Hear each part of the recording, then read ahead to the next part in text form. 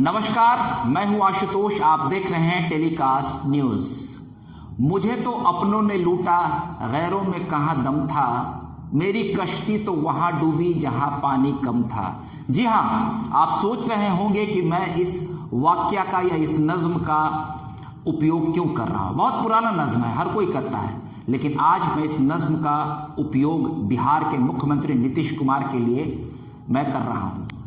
देखिए, मैंने पहले भी आपको बताया था कि नीतीश कुमार के जितने भी करीबी लोग हैं और खासकर जो उनकी पार्टी में राष्ट्रीय अध्यक्ष बने, चाहे पहले नीतीश कुमार समता पार्टी में ही क्यों न थे, जॉर्ज फर्नांडिस की बात करें, या उसके बाद शरद यादव भी जदयू के राष्ट्रीय अध्यक्ष थे, आरसीपी सिंह बने, उपेंद्र कुशवाहा को भी बड़ा पदभार दिया गया, और अब ललन सिंह, इन सब ने नीतीश कुमार के खिलाफ एक षड्यंत्र रचा, ऐसा उनका मानना है।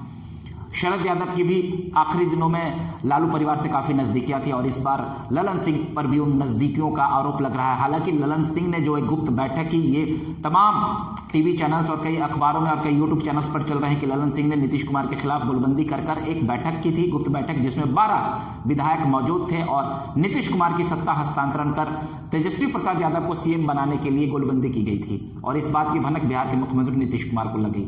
इस मामले पर जदयू के पूर्व राष्ट्रीय अध्यक्ष ललन सिंह ने एक प्रेस विज्ञप्ति भी जारी किया और उन्होंने कहा है कि उन तमाम खबरिया और मीडिया चैनल्स और समाचार पत्र जिन्होंने इस भ्रामक खबर को प्रकाशित किया है वो उनके खिलाफ कानूनी कार्रवाई करेंगे। बहरहाल ये तो भविष्य के घर में हम भी इस बात की पुष्टि नहीं करते हैं, लेकिन ये तमाम कई प्लेटफॉर्म्स पर ये खबरें चल रही हैं कि ललन सिंह ने गुप्त बैठक की थी और बिहार के कद्दावर मंत्री जो है उनके आवास पर यह बैठक हुई थी, जिसमें कई विधायक, कई नहीं 12-13 विधायक जिसमें मौजूद थे और उन लोगों ने नीतीश कुमार की सत्ता हस्तांतरण को लेकर एक बैठक की थी। ऐसी कयास लगाई जा रही थी कि वो सभी लोग जो है इस्तीफा दे देंगे और इससे हंग असेंबली हो जाएगी और बाद में जदयू के राष्ट्रीय अध्यक्ष उनके खिलाफ कोई, जो पहले थे ललन सिंह, वो उनके खिलाफ कोई कार्रवाई नहीं करेंगे और राजद का ही इस वक्त सदन में राजद कोटे से ही अवध बिहारी चौधरी जो है स्पीकर हैं, तो वो भी उन पर कोई एक्शन नहीं लगे। ऐसे में नीतीश कुमार का मुख्यमंत्री पद चला जाता और तेजस्वी प्रसाद यादव मुख्यमंत्री बन जाते हैं। ऐसी चर्चाएं जोरों पर हैं, लेकिन इन सब के बीच में आपको एक बात समझा देना चाहता हूं कि शनिवार की शाम जब पटना एयरपोर्ट पर नीतीश कुमार दिल्ली से लौटे तो उनके साथ पूर्व राष्ट्रीय अध्यक्ष ललन सिंह भी मौजूद थे, लेकिन जिस प्रकार से कार्यकर्ताओं ने और तमाम नेताओं ने गर्मजोशी के साथ नीतीश कुमार का अभिवादन किया, वो देखते बन रहा था। ऐसा लग रहा था कि मानो कोई आजादी मिली हो पार्टी को। पूर्व के दिनों में ऐसा साफ तौर पर दिख रहा था, क्योंकि दो कद्दावर नेता, मैं उनका जिक्र करना चाहूंगा, उपेंद्र कुशवाहा, पूर्व मंत्री, कद्दावर नेता, केंद्र में भी मंत्री रह चुके हैं, उनकी भी विदाई ललन सिंह के साथ खटपट के बाद हुई। वहीं आरसीपी सिंह जो नीतीश कुमार के काफी करीबी थे, उनकी भी विदाई ललन सिंह से खटपट के बाद हुई और अशोक चौधरी की भी जोरदार बहस नीतीश कुमार के सामने ललन सिंह से हुई। और ऐसे तमाम छोटे बड़े कार्यकर्ता थे।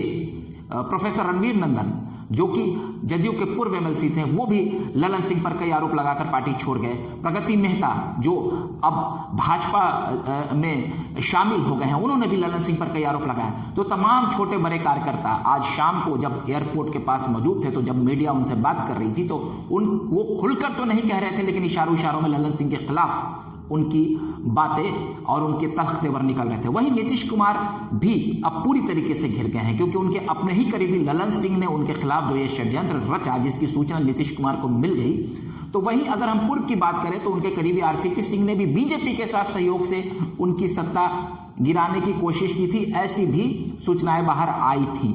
तो एक तरफ अब आप देख लीजिए कि बीजेपी भी ये ताक में है कि अब बिहार के मुख्यमंत्री की कुर्सी पर बीजेपी हो, अगर एनडीए के साथ फिर दोबारा नीतीश कुमार जाते हैं। तो वहीं राजद भी टकटकी लगाए हुए है कि अब तेजस्वी प्रसाद यादव को ताजपोशी कर दी जाए मुख्यमंत्री के तौर पर, नीतीश कुमार गद्दी छोड़ दें। तो कुल मिलाकर देखा जाए तो जो एक राजनीतिक अस्थिरता के दौर में नीतीश कुमार आज घिर गए हैं, इससे पहले ऐसा दौर उन्होंने कभी नहीं देखा था।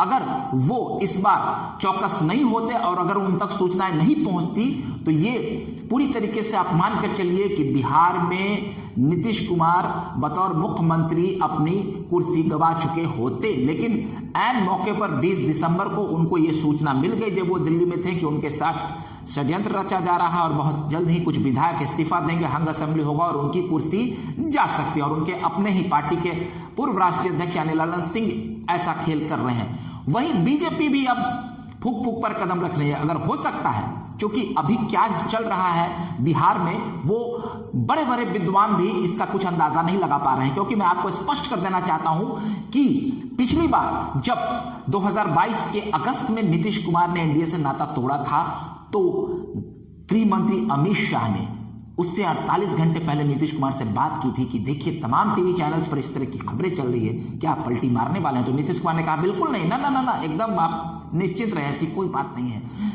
जिस दिन उन्होंने सत्ता परिवर्तन किया था उसके एक दिन पहले या उस दिन तक वो बीजेपी के प्रदेश के कई नेताओं के साथ उन्होंने यही बयान दिया कि नहीं, ऐसी कोई बात नहीं है। पिछली बार भी जब उन्होंने लालू यादव को छोड़ा था तो उस वक्त कांग्रेस के युवराज राहुल गांधी ने, क्योंकि उस वक्त कांग्रेस भी अलायंस में थी, तो 2017 की मैं बात कर रहा हूं, राहुल गांधी ने भी उसी तरह से जिस रात उन्होंने पलटी मारी थी उनसे बात की थी, तो नीतीश कुमार ने कहा था कि नहीं ऐसी कोई बात नहीं है। तो पिछली बार राहुल गांधी को भी आश्वासन दिया था लेकिन पलटी मार गए, और इस बार नीतीश कुमार ने गृहमंत्री अमित शाह को भी आश्वासन दिया था और वो पलटी मार गए। तो अभी इस बार नीतीश कुमार क्या करेंगे, कब क्या करेंगे, ये किसी को समझना, ये किसी के बस की बात नहीं है। और नीतीश कुमार की पिछले 15 दिनों से लगातार खामोशी कुछ भी समझ से परे है कि वो क्या करने वाले हैं, क्योंकि इंडिया गठबंधन में उन्हें ना कोऑर्डिनेटर बनाया गया और पीएम पद के लिए जब मल्लिकार्जुन खड़गे का नाम ऐलान किया गया तो वहां भी उनकी नाराजगी खुलकर आई, क्योंकि जिस वक्त वो बैठक चल रही थी आपको पता है कि वो डीएमके के एक नेता पर काफी भड़क गए, क्योंकि उन्होंने इनके भाषण को अंग्रेजी में अनुवाद करने को कहा था और राजद के राज्यसभा सांसद मनोज झा ने उनसे यह आग्रह किया था कि आपके भाषण को मैं अंग्रेजी में ट्रांसलेट करूं। तब नीतीश कुमार काफी भड़क गए थे वहां पर और उन्होंने अपनी काफी भड़ास निकाली थी। तो नीतीश कुमार इसके पहले भी इंडिया गठबंधन की बैठक में काफी नाराज थे। उन्होंने कहा था कि मुझे इंडिया नाम से ऐतराज है। उनकी एक नहीं सुनी गई। सोनिया गांधी, राहुल गांधी ने लगातार नीतीश कुमार को तवज्जो नहीं दिया। लालू यादव और यहां तक कि तेजस्वी यादव के भी तेवर आजकल तल्ख थे। वहीं बीजेपी भी अब डर रही है। अगर नीतीश कुमार की कोई बात बीजेपी से भी चल रही होगी तो बीजेपी को भी डर लग रहा है, क्योंकि नीतीश कुमार के स्वास्थ्य को लेकर भी अब कई सवाल खड़े हो रहे हैं। इस बार भी जो कल बैठक थी दिल्ली में जदयू की राष्ट्रीय कार्यकारिणी की और राष्ट्रीय परिषद की बैठक की, इस बैठक में नीतीश कुमार आगे बढ़े और वो पूर्व राष्ट्रीय अध्यक्ष ललन सिंह के पैर छूने लगे। उन्होंने उनके पांव को छूने की कोशिश की, तभी कुछ लोगों ने उन्हें पकड़ लिया। तो अब ये बात भी काफी चर्चाएं, इस बात पर भी काफी चर्चाएं हो रही है कि आखिर नीतीश कुमार ऐसा आजकल क्यों करते हैं। कहीं कुछ बोल देते हैं, कहीं कुछ अलग सी हरकत कर देते हैं, जबकि ललन सिंह उनसे उम्र में छोटे हैं। तो इस तरह की जो नीतीश कुमार की जो मानसिक संतुलन की बातें उठती है या उनके स्वास्थ्य को लेकर बातें उठती है, ऐसे में नीतीश कुमार की कुर्सी को लेकर अस्थिरता बनी हुई है। बीजेपी भी अब डर रही है कि अगर वो दोबारा अगर बीजेपी के साथ नीतीश कुमार का कोई गठजोड़ होता है तो नीतीश कुमार कब कहां किस सार्वजनिक मंच पर क्या बोलेंगे। क्योंकि पिछली बार नीतीश कुमार की जो पॉपुलैरिटी है 2020 के विधानसभा चुनाव में दिख गया कि उनकी पॉपुलैरिटी का ग्राफ भी नीचे गिर गया। अगर बीजेपी नीतीश कुमार के साथ नहीं होती तो शायद नीतीश कुमार को 45 सीटें भी नहीं आती। ये बात और है कि नीतीश कुमार ये बात मानने के लिए तैयार नहीं है। और जदयू के जितने भी 17 सांसद हैं उसमें से 1 दर्जन से अधिक सांसद की ये मांग है कि आप बीजेपी के साथ चलकर चुनाव लड़ें, क्योंकि वो लालू प्रसाद यादव के साथ चुनाव में नहीं जाना चाहते हैं, क्योंकि उनको पता है कि नरेंद्र मोदी की लोकप्रियता के कारण ही उन्हें जीत हासिल हुई थी और इस बार भी मिल सकती है। क्योंकि अभी मौजूदा दौर में 3 राज्यों का जो विधानसभा चुनाव का जो परिणाम आया है वो ये साबित करता है कि नरेंद्र मोदी की लोकप्रियता आज भी बरकरार है। तो ऐसे में जदयू के भीतर भी काफी उबाल है और काफी बवाल है। उनके कई सांसद ये चाह रहे हैं कि नीतीश कुमार पर दबाव बना रहे हैं और अब राष्ट्रीय अध्यक्ष के पद से जब ललन सिंह की छुट्टी हुई है तो नीतीश कुमार निश्चित तौर पर कोई बड़ा फैसला लेंगे। बहरहाल हम इस पूरे प्रकरण पर नजर बनाए रखेंगे और पल पल की अपडेट आपको देते रहेंगे। अगर आपको हमारा ये वीडियो अच्छा लगा हो तो कृपया कर आप हमारे इस वीडियो को लाइक, सब्सक्राइब और शेयर कर दें। अगली बार हम फिर एक नए वीडियो के साथ हाजिर रहेंगे। तब तक के लिए आप हमें इजाजत दीजिए। बहुत बहुत धन्यवाद।